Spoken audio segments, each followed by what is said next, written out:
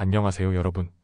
오늘의 흥미로운 영상 내용은 미중 무역 합의, 세계 경제에 큰 휴식 제공, 그리고 애플 관세 탓하지 않고 아이폰 가격 인상 검토에 관한 것입니다. 우선 좋아요, 버튼을 누르고 채널 구독 및 알림 설정 또 잊지 마세요. 여러분의 관심과 지지가 저희에게 큰 힘이 됩니다. 첫 영상에서 전해드릴 뉴스는 월스트리트 저널의 보도를 바탕으로 한 미중 무역 협상에 대한 긴박하고도 중요한 이야기입니다. 세계 경제의 향방을 좌우할 수 있는 이번 합의는 전 세계 투자자들에게 큰 반향을 일으켰고 각국 정부와 기업에도 깊은 영향을 미치고 있습니다. 2025년 5월 10일 스위스 제네바, 미국과 중국의 고위 무역 당국자들이 이곳에서 만나 전 세계가 숨죽이며 지켜보는 가운데 뜻밖의 진전을 이뤄냈습니다. 양국은 4월 이후 서로에게 부과해오던 관세를 대폭 낮추기로 합의했으며 그 수준은 대부분의 예상을 뛰어넘는 조치였습니다. 이번 협상의 핵심은 바로 상호 관세 10%로 인하. 미국은 트럼프 대통령이 125%까지 인상했던 중국산 제품에 대한 보복 관세를 무려 10%까지 낮추기로 했고, 중국 역시 미국산 제품에 부과했던 동일한 수준의 관세를 똑같이 낮추기로 했습니다. 이로써 양국은 90일 동안 해당 세율을 유지하기로 하며 향후 협상의 여지를 남기는 유예 기간이 마련된 것입니다. 시장은 즉각 반응했습니다. 미국 주식 선물은 급등했고 달러 가치도 상승했으며 채권 수익률 또한 크게 올랐습니다. 전 세계 투자자들이 이 결정을 꿈같은 시나리오라고 평가한 이유입니다. 하지만 모든 것이 풀린 것은 아닙니다. 중국산 철강, 알루미늄, 자동차에 대한 별도 관세는 여전히 유지되고 있으며 펜타닐 관련 의혹으로 인해 일부 제품에는 20%의 추가 세금이 계속 부과됩니다. 즉, 중국에서 미국으로 수입되는 대부분의 제품에는 아직도 평균 30%의 부담이 남아있는 상황입니다. 중국 역시 이전에 트럼프 대통령의 관세 조치에 대응하기 위해 시행했던 비관세, 보복 조치들을 일부 중단하거나 철회하기로 합의했습니다. 여기에는 배터리나 첨단 기술 응용 분야에서 중요한 핵이, 광물의 수출 제한 조치가 포함될 가능성도 언급되고 있습니다. 이번 협상을 이끈 미국 재무장관 스콧 베센트는 제네바에서 기자들과 만나 다음과 같이 말했습니다. 우리는 중국과 장기적이고 지속 가능한 무역 협정을 모색하고 있습니다. 양국의 경제가 완전히 분리되는 것은 바람직하지 않습니다. 양측 모두 디커플링을 원하지 않습니다. 사실 불과 며칠 전까지만 해도 상황은 전혀 다르게 전개될 수 있었습니다. 트럼프 대통령은 공개적으로 중국 상품에 80% 관세를 부과하는 것이 적절해 보인다고 발언한 바 있었기 때문입니다. 하지만 이번 합의를 통해 그 기조는 급선회했고 양국 간의 무역 긴장 또한 상당 부분 완화되었습니다. 이러한 결정은 단순한 숫자의 문제가 아닙니다. 미중 간 무역 전쟁이 심화되면서 미국 내 소비자 물가는 상승하고 있었고 중국의 수출주도 경제 역시 둔화 위기에 직면해 있었습니다. 이번 합의는 바로 그 균열을 일시적으로라도 봉합하는 유예의 역할을 하게 된 것입니다. 한편 펜타닐 문제는 여전히 갈등의 중심에 놓여 있습니다. 미국은 이 문제를 단호하게 제기했고 비공개 회의에서는 충격적인 장면도 벌어졌습니다. 베센트 장관은 회의 테이블에서 설탕 몇 알을 집어들고 이렇게 말했습니다. 이 양이 만약 펜타닐이라면 한 사람을 죽일 수 있습니다. 이어 더 많은 양을 집어들며 제네바 사람들을 죽일 수 있다, 스위스 전체를 죽일 수 있다고 강조했습니다. 이는 미국이 이 문제를 얼마나 심각하게 인식하고 있는지를 상징적으로 보여주는 장면이었습니다. 중국은 여전히 펜타닐 거래와 관련된 책임을 부인하고 있지만 미국은 이 문제를 향후 협상의 핵심 의제로 삼겠다는 입장입니다. 이번 협상에서 관련 세부 사항에 대해 최종 합의에는 이르지 못했지만 논의의 틀이 마련됐다는 점에서 진전은 분명해 보입니다. 결론적으로 이번 미중 무역 합의는 글로벌 경제에 큰 휴식을 제공한 사건입니다. 물론 관세 인하가 모든 문제를 해결해주지는 않겠지만 최소한 양국이 다시 대화의 장으로 나섰다는 점, 그리고 디커플링이라는 최악의 시나리오를 당장 피하게 됐다는 점에서 시장은 환호할 수밖에 없었던 것입니다. 지금까지 월스트리트 저널의 보도를 바탕으로 미중 무역 협상의 최신 소식을 전해드렸습니다.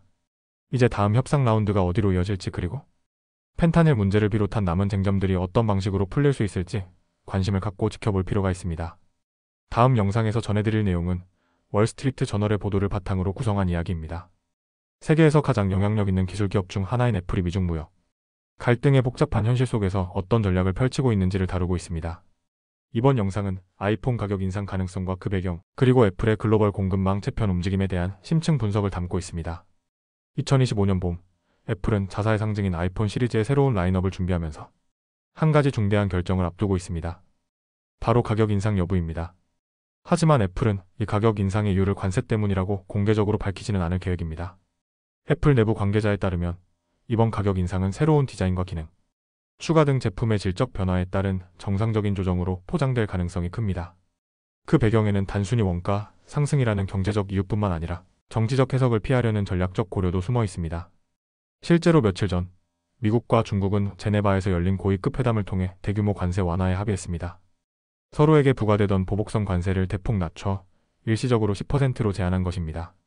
하지만 트럼프 대통령이 두 번째 임기 초기에 부과했던 중국산 제품에 대한 20% 기본 관세는 여전히 유지되며 아이폰 역시 그 대상입니다. 그렇다면 왜 애플은 관세 인상을 공식적인 가격 인상 이유로 내세우지 않으려는 걸까요? 여기엔 민감한 정치적 배경이 존재합니다. 예를 들어 지난 4월 아마존이 관세를 이유로 가격 인상 가능성을 시사했을 때 백악관은 이를 적대적 행위로 간주했고, 이후 아마존은 해당 입장이 내부 승인된 바 없다고 급히 선을 그은 바 있습니다. 이런 전례를 본 애플로서는 신중할 수밖에 없는 것입니다. 따라서 애플은 한 가지 전략을 택했습니다. 아이폰 가격은 인상하되 명분은 신제품의 새로운 기능과 외관 변경으로 삼는 것.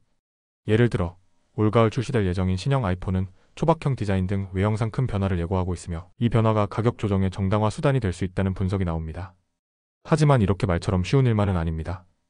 애플의 아이폰 생산은 여전히 중국에 상당 부분 의존하고 있기 때문입니다.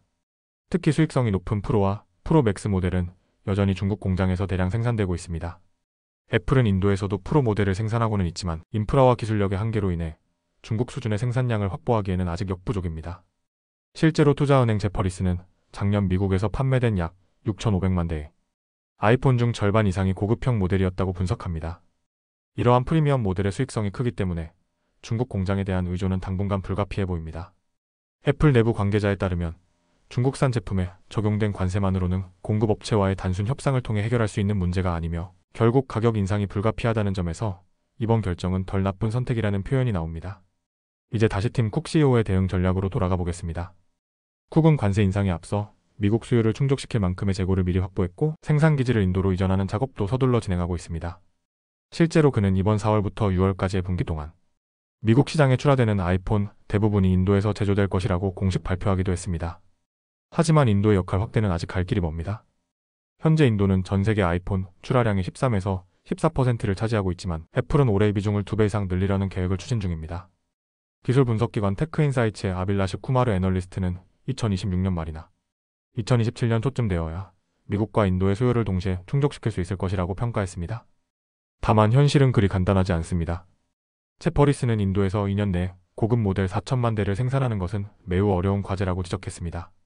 이유는 인프라뿐 아니라 공급망, 숙련 인력, 생산 장비 등이 아직 중국 수준에 도달하지 못했기 때문입니다. 결국 애플은 딜레마 속에서 가격 인상이라는 선택지를 꺼내들었고, 이 과정에서 최대한 정치적 충돌을 피하려 애를 쓰고 있는 모습입니다. 아직까지 어떤 기능이 새 모델에 탑재될지는 확정되지 않았지만 초박형 디자인 외에도 더 강력한 카메라, 향상된 배터리 수명 등이 유력한 후보다운 분위기입니다. 현재 기준으로 아이폰 16 시리즈는 기본 모델이 $799, 프로 맥스 모델은 $1,199 이상입니다. 이번 가을에는 이 가격대에 얇아진 신모델이 추가될 가능성이 높습니다. 특히 현재 $899에 판매 중인 아이폰 16 플러스의 자리를 대체할 제품이 등장할 것으로 보입니다.